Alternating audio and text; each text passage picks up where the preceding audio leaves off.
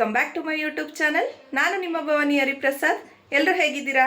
I hope ಎಲ್ಲ ಚೆನ್ನಾಗಿದ್ದೀರಾ ಅಂತ ಅಂದ್ಕೊಳ್ತಾ ಇವತ್ತಿನ ವ್ಲಾಗ್ ಬಂದು ರೆಡ್ ಚಿಕನ್ ಗ್ರೇವಿನ ಯಾವ ರೀತಿ ಮಾಡೋದು ಅಂತ ನಾನು ನಿಮಗೆ ತೋರಿಸ್ಕೊಡ್ತೀನಿ. ಟೈಮ್ ವೇಸ್ಟ್ ಮಾಡೋದು ಬೇಡ, ಬೇಗ ಬೇಗ ವಿಡಿಯೋನ ಸ್ಟಾರ್ಟ್ ಮಾಡೋಣ ಬನ್ನಿ.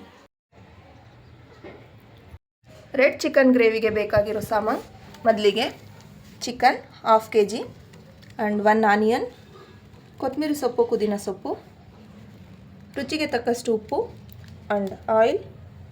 ಮಸಾಲೆ ಪದಾರ್ಥಕ್ಕೆ 2 ಸ್ಪೂನ್ ಕಾಯಿ ತುರಿ, 2 ಟೊಮೊಟೊ, ಒಂದು 8ರಿಂದ 10 ಗೋಡಂಬಿ, 2 ಏಲಕ್ಕಿ ಕಾಯಿ, ಒಂದು 2 ಪೀಸ್ ಚಕ್ಕೆ, 3 ಲವಂಗ, ಸ್ವಲ್ಪ ಜೀರಿಗೆ, 1 ಪೀಸ್ ಶುಂಠಿ, 2 ಬೆಳ್ಳುಳ್ಳಿ ಆ್ಯಂಡ್ 2 ಈರುಳ್ಳಿ. ಮಸಾಲೆ ಪದಾರ್ಥಕ್ಕೆ garam masala and coriander powder, chilli powder, ಅರಿಶಿನ ಪುಡಿ. ಸೊ ಹೇಗೆ ಮಾಡೋದು ಅಂತ ತೋರಿಸ್ತೀನಿ ಬನ್ನಿ. ಟೊಮೊಟೊ, ಕಾಯಿ ತುರಿ, ಈರುಳ್ಳಿ ಆ್ಯಂಡ್ ಗೋಡಂಬಿ, ಏಲಕ್ಕಿ ಕಾಯಿ, ಚಕ್ಕೆ, ಲವಂಗ, ಜೀರಿಗೆ, ಶುಂಠಿ, ಬೆಳ್ಳುಳ್ಳಿ ಇಷ್ಟನ್ನೂ ಹಾಕಿ ಮಿಕ್ಸಿಗೆ ಹಾಕಿ ಗ್ರೈಂಡ್ ಮಾಡ್ಕೊಳ್ಳಿ.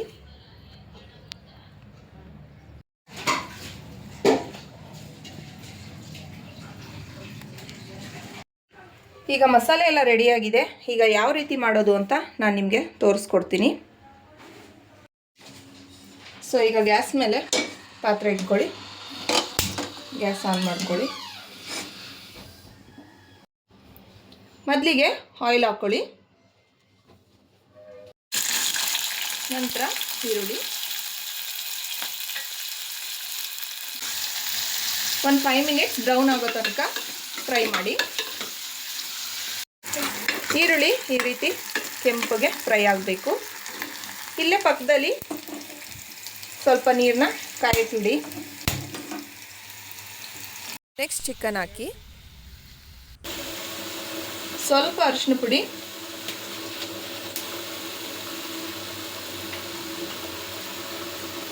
ಸ್ವಲ್ಪ ಸಾಲ್ಟ್,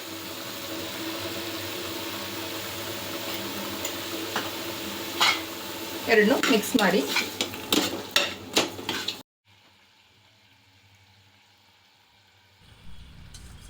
ಚೆನ್ನಾಗಿ ಮಿಕ್ಸ್ ಆದಮೇಲೆ ನಾವು ಆಗಲೇ ಗ್ರೈಂಡ್ ಮಾಡಿರೋ ಮಸಾಲೆಯನ್ನು ಅದಕ್ಕೆ ಆ್ಯಡ್ ಮಾಡೋಣ. ಹಸಿ ವಾಸನೆ ಎಲ್ಲ ಹೋಗಬೇಕು. ಚೆನ್ನಾಗಿ ಸ್ವಲ್ಪ ಫ್ರೈ ಮಾಡಿ, ಸ್ವಲ್ಪ ವಾಟ್ರ್ ಮಿಕ್ಸ್ ಮಾಡಿ. ನಂತರ ರೆಡ್ ಚಿಲ್ಲಿ ಪೌಡರ್ನ 1.5 ಸ್ಪೂನ್ನ ಆ್ಯಡ್ ಮಾಡಿ. ಎಲ್ಲನೂ ನೀಟಾಗಿ ಮಿಕ್ಸ್ ಮಾಡಿ. ಲಿಡ್ ಕ್ಲೋಸ್ ಮಾಡಿ ಒಂದು 5 ಮಿನಿಟ್ಸ್ ಬಿಡಿ. ಅದು ಉಪ್ಪು ಖಾರ ಚೆನ್ನಾಗಿ ಹಿಡಿಯುತ್ತೆ.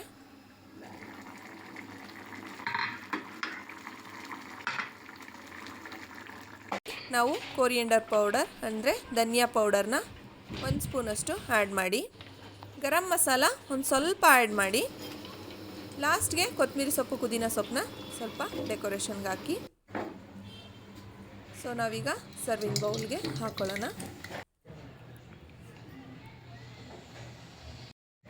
ಭಾನುವಾರದ ಬಾಡೂಟ ಚಿಕನ್ ಗ್ರೇವಿ ವಿತ್ ಚಪಾತಿ.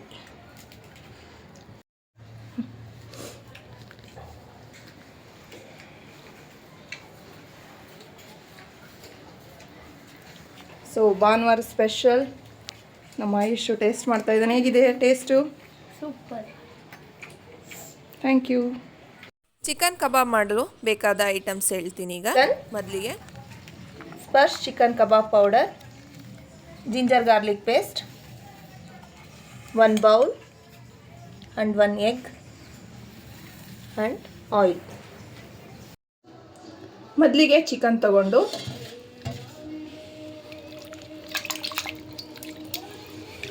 ಚೆನ್ನಾಗೆ ವಾಶ್ ಮಾಡಿ. ಮಕ್ಕಳಿಗೆ ಇಷ್ಟ ಅಂತೇಳಿ ಅವರಪ್ಪ 2 ಲೆಗ್ ಪೀಸ್ ಸಹ ತಂದಿದ್ದಾರೆ. ಸೊ ನೀಟಾಗೆ 3 ಸಲ ವಾಶ್ ಮಾಡಿ ನೀಟಾಗೆ ಹಿಂಡಿ ಪಕ್ಕಕ್ಕೆ ಇಟ್ಕೊಳ್ಳಿ. ಮೊದಲಿಗೆ ಮೊಟ್ಟೆ ಒಡೆದು ಬೌಲ್ಗೆ ಹಾಕ್ಕೊಳ್ಳಿ.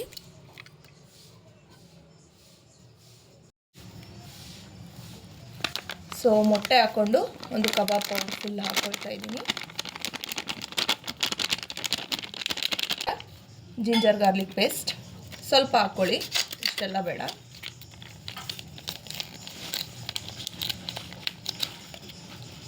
ಈಗ ಮಿಕ್ಸ್ ಮಾಡಬೇಕು. ಸೊ ಮೂರನ್ನು ನೀಟಾಗಿ ಮಿಕ್ಸ್ ಮಾಡ್ಕೊಳ್ಳಿ.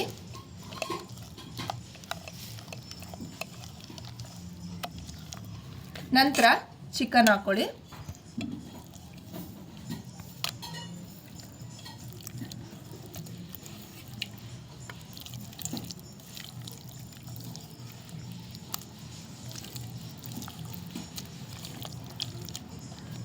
ನೀಟಾಗಿ ಮಿಕ್ಸ್ ಮಾಡಿ ಮ್ಯಾರಿನೇಟ್ ಆಗೋಕ್ಕೆ ಒಂದು 5 ಮಿನಿಟ್ಸ್ ಬಿಡಿ.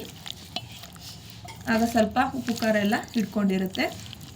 ಬೇಕು ಅಂದರೆ ಒಂದು ಚಿಟಿಕೆ ಸಾಲ್ಟ್ ಸಹ ಹಾಕ್ಕೊಳ್ಬೋದು ಅವ್ರ ಟೇಸ್ಟು, ಇಲ್ಲ ಅಂದರೆ ಹಾಗೇ ಮಾಡ್ಬೋದು, ಪೌಡರಲ್ಲೇ ಸಾಲ್ಟ್ ಇರುತ್ತೆ. ಸೊ ಈ ರೀತಿ ಮಿಕ್ಸ್ ಮಾಡಿದ್ಮೇಲೆ ಒಂದು 5 ಮಿನಿಟ್ಸು ಮ್ಯಾರಿನೇಟ್ ಆಗೋದಕ್ಕೆ ಬಿಡಿ. 5 to 10 ಮಿನಿಟ್ಸ್ ಬಿಡಿ, ಚೆನ್ನಾಗಿರುತ್ತೆ. ಮೊದಲಿಗೆ ಗ್ಯಾಸ್ ಆನ್ ಮಾಡಿ ನಾನ್ ಸ್ಟಿಕ್ ಬೌಲ್ಗೆ ನಾನು ಆಯಿಲ್ ಹಾಕಿ ಕಾಯೋದಕ್ಕೆ ಬಿಡ್ತಾ ಇದ್ದೀನಿ.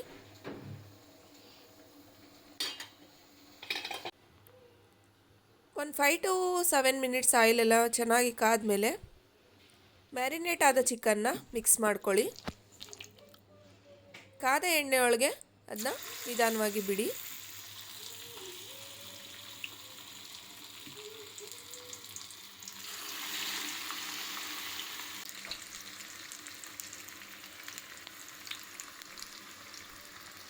ನಾನು ಸ್ವಲ್ಪನೇ ಕಬಾಬ್ ಮಾಡ್ತಾ ಇರೋದ್ರಿಂದ ಸ್ಮಾಲ್ ಪ್ಯಾನ್ಗೆ ನಾನು ಹಾಕಿ ಮಾಡ್ತಾ ಇದ್ದೀನಿ.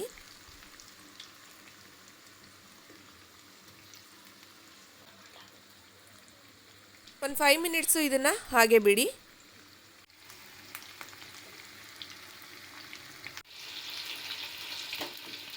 ನಂತರ ಇದನ್ನು ತಿರುವಾಗಿ, ಯಾಕಂದರೆ ಎರಡು ಸೈಡು ಚೆನ್ನಾಗಿ ಬೇಯಬೇಕು.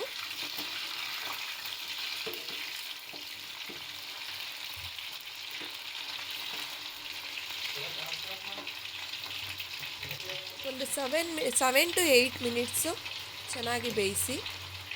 ಆಗ ಕ್ರಿಸ್ಪಿಯಾಗಿ ಆ್ಯಂಡ್ ಟೇಸ್ಟಿಯಾಗಿ ಕೂಡ ಇರುತ್ತೆ, ತಿನ್ನೋದಕ್ಕೆ ತುಂಬ ಚೆನ್ನಾಗಿರುತ್ತೆ. ಹಾಗಾಗಿ ಆದಷ್ಟು ಚೆನ್ನಾಗಿ ಫ್ರೈ ಮಾಡಿ. ಇವತ್ತಿನ ವ್ಲಾಗು ನಿಮ್ಮೆಲ್ಲರಿಗೂ ಇಷ್ಟ ಆಗಿದರೆ ಪ್ಲೀಸ್ ವಿಡಿಯೋಗೊಂದು ಲೈಕ್ ಮಾಡೋದನ್ನ ಮರಿಬೇಡಿ. ಹಾಗೆ ಸಬ್ಸ್ಕ್ರೈಬ್ ಮಾಡ್ಕೊಳ್ಳದೆ ಯಾರೆಲ್ಲ ಇನ್ನೂ ವೀಡಿಯೋ ನೋಡ್ತಾ ಇದ್ದೀರಾ ಪ್ಲೀಸ್ ಸಬ್ಸ್ಕ್ರೈಬ್ ಮಾಡ್ಕೊಂಡು ವೀಡಿಯೋ ನೋಡಿ. ಸಬ್ಸ್ಕ್ರಿಪ್ಷನ್ನು ಫುಲ್ ಫ್ರೀ ಇರುತ್ತೆ. ಲೈಕ್ ಮಾಡಿ, ಶೇರ್ ಮಾಡಿ, ಹಾಗೆ ಕಮೆಂಟ್ ಮಾಡೋದು ಮರಿಬೇಡಿ. ನಿಮ್ಮೆಲ್ಲರ ಸಪೋರ್ಟ್ ನನಗೆ ತುಂಬಾ ಇಂಪಾರ್ಟೆಂಟ್. ಸೊ ಈಗ ಚೆನ್ನಾಗಿ ಕಬಾಬು ಫ್ರೈ ಆಗಿದೆ, ನಾವು ಬೌಲ್ಗೆ ಹಾಕ್ಕೊಳ್ಳೋಣ.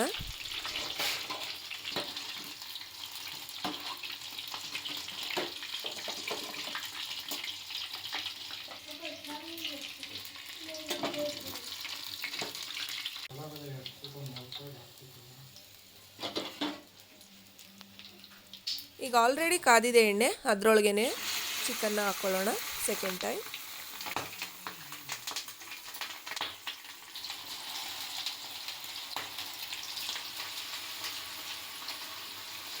ಸ್ವಲ್ಪನೇ ಚಿಕನ್ ಇದ್ದ ಕಾರಣ ನಾನು 2 ಸಾರಿ ಹಾಕ್ಕೊಂಡೆ, ಯಾಕಂದರೆ ಸುಮ್ಮನೆ ಆಯಿಲ್ ವೇಸ್ಟ್ ಆಗುತ್ತೆ ಜಾಸ್ತಿ ದೊಡ್ಡ ಬಾಣಲಿಲಿ ಇಟ್ಟು ಮಾಡೋದ್ರಿಂದ.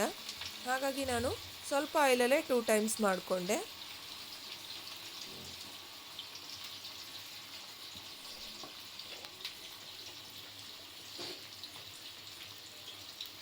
ಈ ರೀತಿ ಒಂದು 5 ನಿಮಿಷ ಬಿಟ್ಬಿಡಿ. ಯಾವುದೇ ರೀತಿ ನೀವು ಸ್ಪೂನು ಅದೆಲ್ಲ ಹಾಕಕ್ಕೆ ಹೋಗಬೇಡಿ, ಚಿಕನ್ಗೆ ಮಸಾಲೆ ಹಿಡಿಯೋದಿಲ್ಲ. ಆದ ಕಾರಣ ಒಂದು 5 ಮಿನಿಟ್ಸ್ ಆದಮೇಲೆ ನೀವು ತಿರುವಾಕಿ.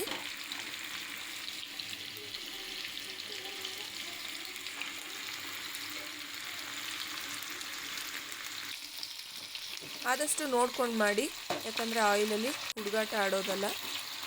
ನಿಧಾನವಾಗಿ ತಿರುವಾಕಿ.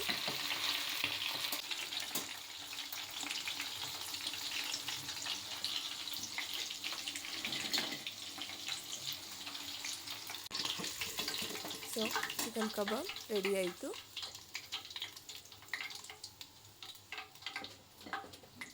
ಚಿಕನ್ ಬೇಯ್ತಾ ಇದ್ದಾಗಲೇ ಕಬಾಬ್ನ ತೆಗಿಬೇಡಿ, ಯಾಕಂದರೆ ಆಯಿಲು ಜಾಸ್ತಿ ಬರುತ್ತೆ.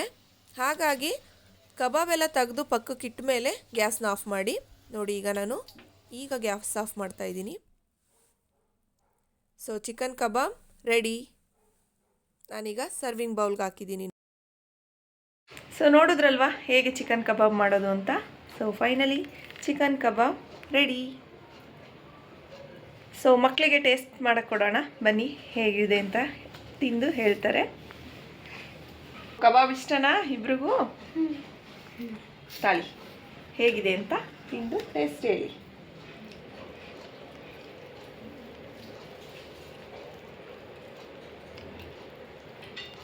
ಹೇಗಿದೆ ಆಯುಷ್? ಸೂಪರ್. ಇಷ್ಟ ಆಯ್ತಾ? ಸೂಪರ್. ಸೊ ನನ್ನ ಮಕ್ಳಿಗಂತೂ ಕಬಾಬ್ ಅಂದರೆ ತುಂಬಾ ಇಷ್ಟ, ಹಾಗಾಗಿ ನಾವು ಕಬಾಬ್ ಮಾಡಿಕೊಟ್ಟೆ.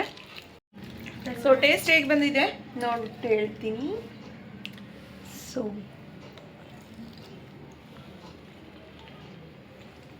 ಸೂಪರ್. ಸೊ ನೀವು ಮನೇಲಿ ಟ್ರೈ ಮಾಡಿ, ಮಕ್ಳಿಗೂ ಸಹ ಮಾಡಿಕೊಡಿ.